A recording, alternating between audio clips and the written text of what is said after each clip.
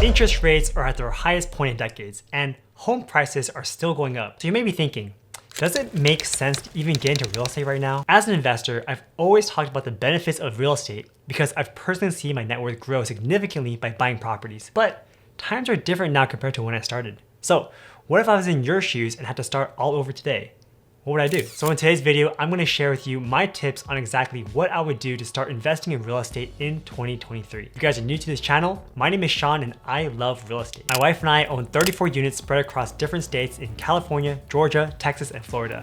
And most of our properties are just simple buy and hold rentals, meaning we buy them and rent them out to tenants on a yearly basis, giving us a nice passive income without too much hassle. But like I mentioned, times have changed. And the strategies that we use to build a portfolio might not work the same way for those of you who are just getting started. And the biggest reason for this is high interest rates. They make it much harder to make a profit because a large chunk of your monthly income will go straight towards your mortgage payments. But here's the good news, it's not game over for you. Real estate investing is still possible in this market. You just need to make some tweaks to your strategy.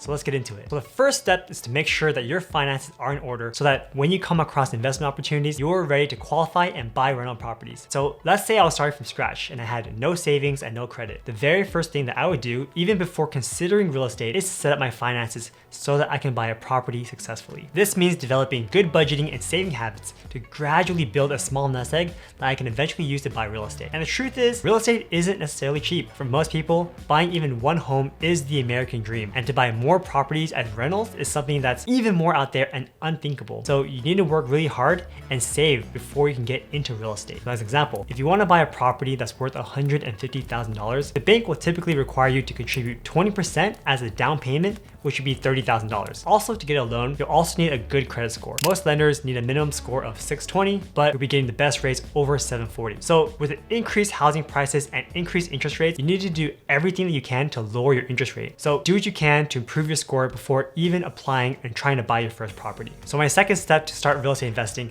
would be to surround myself and fully integrate into a community of real estate investors. Real estate is not as common as simply investing in stocks or saving money, and there are fewer real estate investors compared to these other areas. So this can make it intimidating to handle everything alone. So I highly recommend taking the time to explore local meetup groups or trying to attend conferences available to you. So by doing so, you'll be able to fully immerse yourself in the community, and it helps normalize the unfamiliar aspects of real estate. Now, a great starting point is just going to meetup.com where you can search for local meetups. So even if there's some that you can't physically attend, there are numerous online meetup groups, and especially since the pandemic, which take place on platforms like Zoom. Now keep in mind that most of the bigger conferences are often in these larger metros and larger cities, so you may need to pay a few $100s more to travel there, pay for your stay, pay for your flight, and pay for your food while you're there as well. Some of my favorite real estate investing conferences have been SF Summit, hosted by Jay Martin, the Bigger Pockets Conference, hosted by Bigger Pockets, RootCon, hosted by Dustin Heiner, and Limitless Expo, hosted by Tar Yaber. If you're new to real estate investing, I think it's really worth your time to attend these kind of conferences because you're gonna gain so much knowledge in such a compressed amount of time during these sessions. And you can take that knowledge home and use it to your advantage. Now that being said, you have to be very, very careful with choosing what meetups and groups and conferences to go to, because while many great groups exist, some only exist just to take your money. So in general, be careful of groups that feature high-profile celebrities who have nothing to do with real estate, since they're probably just there to sell expensive mastermind groups or courses that may cost tens of thousands of dollars. If you're just starting with real estate investing, I recommend not spending tens of thousands of dollars on these programs because it may be better to just take that money and invest it into actual real estate and learning all the lessons yourself. Step number 3 is to figure out your target market. Now, figuring out your target market is one of the most important steps for real estate investing. And there's a saying that goes, you can change your home, but you can't change the neighborhood. So does that mean that you need to invest where you live?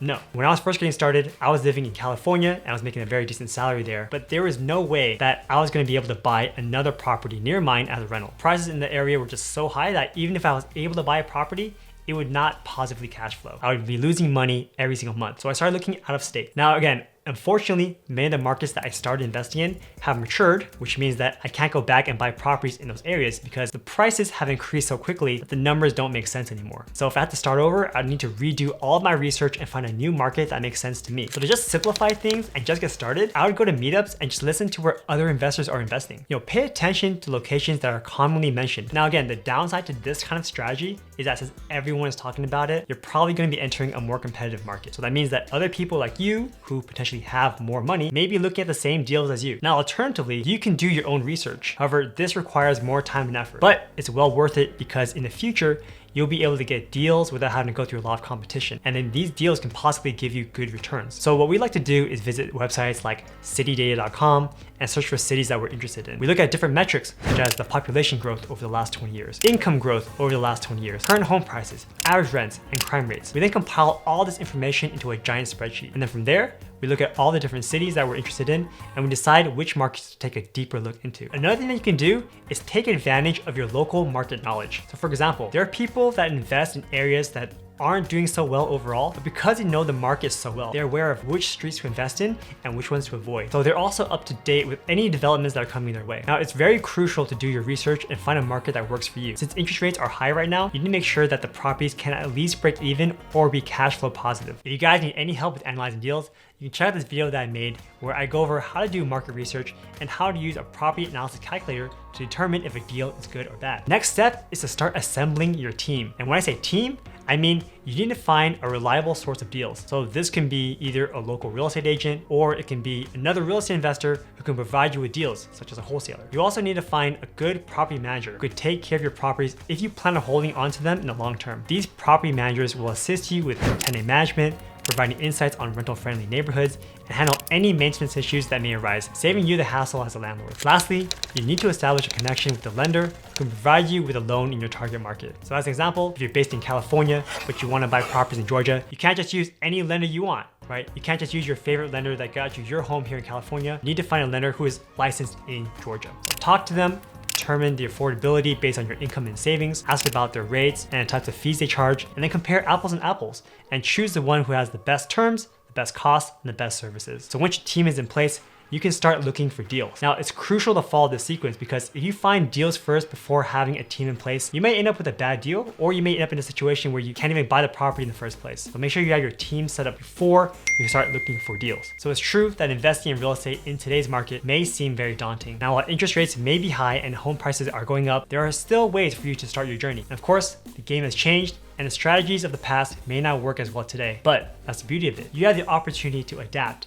innovate, and find new ways to make real estate work for you. In our case, we started buying properties with more cash upfront compared to before. This allows us to get lower interest rates on our loans and ultimately pay less in mortgage because we're putting down a larger down payment. We're also changing our real estate investing strategy where we're going more into furnished rentals instead of just long-term rental properties. This way we're getting more cash flow, which means we can pay off more of our debt. There's always going to be ups and downs on your journey. But remember that every successful real estate investor started somewhere. They've all faced setbacks, they've all made mistakes, but they never gave up. Success in real estate is not a matter of luck, it's a result of hard work, dedication, and a burning desire to create a better future. So if you got to this point and you still don't know what to do next, then you're in luck because we're hosting a free rental property masterclass. We go over the fundamentals of buying your first rental property, and we'll talk about why real estate beats other investments, the steps to take when investing, and the blueprint to grow your wealth. You can register for the free class with the link down in the description. Thanks for watching, I appreciate you, and I'll see you in the next video. Take care.